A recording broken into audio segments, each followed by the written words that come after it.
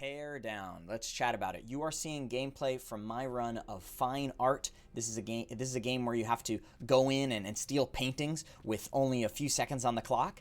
And then after this, I'm going to show you what a actual professional looks like. Okay, so I only captured 6 out of the 8 paintings, but he did it a different way. The gameplay that will follow this, and he actually got 8 out of 8 paintings. And what's cool about this game is there's actually 2 stages. The first is sort of a setup mode where you can go through the world and break apart walls and add planks and explode stuff in order for your second mode, the heist, to go off as fast as possible. So for example, if in the heist you plan to get from point A to B and there's a wall in the way, well then in your setup mode you could make a big hole in that wall so you could walk right through it, or maybe jump over or something like that. And that is so much fun. This game has a really strong physics system behind it, and I think that does a great job of giving the player the onus to really have a lot of creativity in deciding how they're going to go about performing their heist. Now, there's a little bit of some frustrating parts with that physics simulation. So, for example, with the materials, you'll have to maybe break a brick wall, and then a whole bunch of bricks will come out, and it's really frustrating to get all those bricks out of the way, because a single brick can hit your car and ruin your entire run. And so I found myself, just the one tool I wish I had was sort of like a leaf blower, so I could blow all this shit out of the way. I find that instead I'm taking my big hammer and smacking things until they disappear. However, some things are irreducible, and so you have to pick them up one by one and throw them out of the way.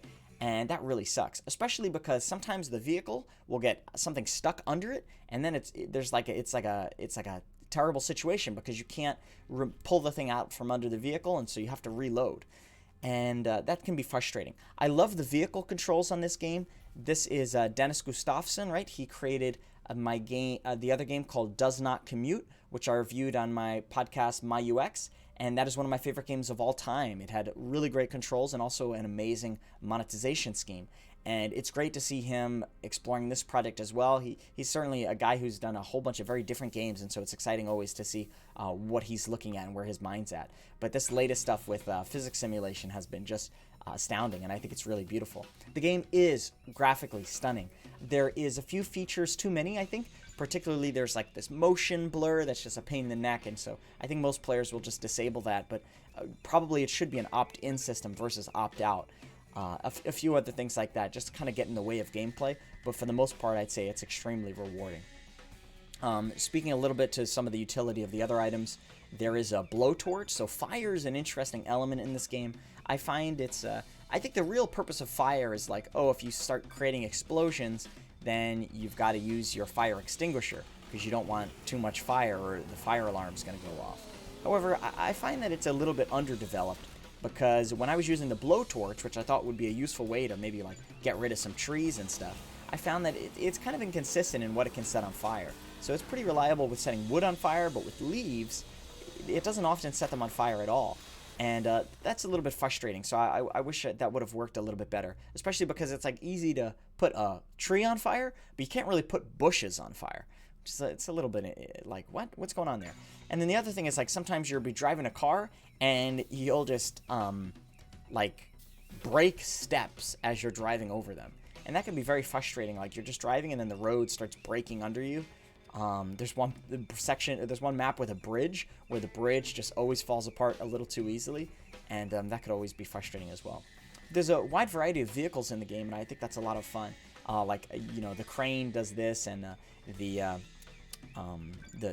dump truck has another utility. But I did find it a little bit frustrating that let me see if I can find an image for this. But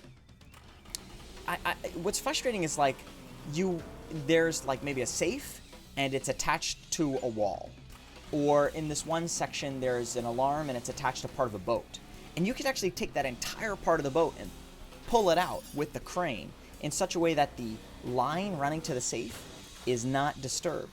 However, the alarm still goes off, which I find really frustrating. There's something really, I think, magical about the idea of an entire alarm system tied up to this wall, connected to the safe, and instead of you stealing the safe, you steal the entire wall. And I feel like this game had a real opportunity to explore that, but it sort of forces me to immediately do the alarm. And so that really felt terrible as a player. If I didn't puncture the cord that goes between the alarm system and the safe, if I took the whole thing, I feel like it shouldn't have went off. So that's a little frustrating, right? It's the classic. It's sort of a play on like the classic heist trope, where instead of trying to break into the safe by doing a lockpick or brute force, they say, no, we're going to take the whole safe with us, right? They do something similar in Grand Theft Auto and in many movies. The Italian Job, right, and stuff like that. But you can't really, and you do grab the entire safe in this game, so that's kind of fun. But like, I wish you could take the alarm system too. So I just felt like I was really creatively marred in that respect. Yeah, I think that's sort of everything I have on my mind right now. It's a really good game. I think it's a good job of using the same maps over and over again. I think it does well with that, and it has a light story to follow it all. And I think the story is an excellent pacing strategy in order to keep me engaged and not too overwhelmed at any given time. The mission variety is also well done, and I feel like there's always something different to explore within the sandbox that is this game. So check it out if you haven't already. I do recommend this game, and I think it's going to be a 5 out of 5 from me. Thanks.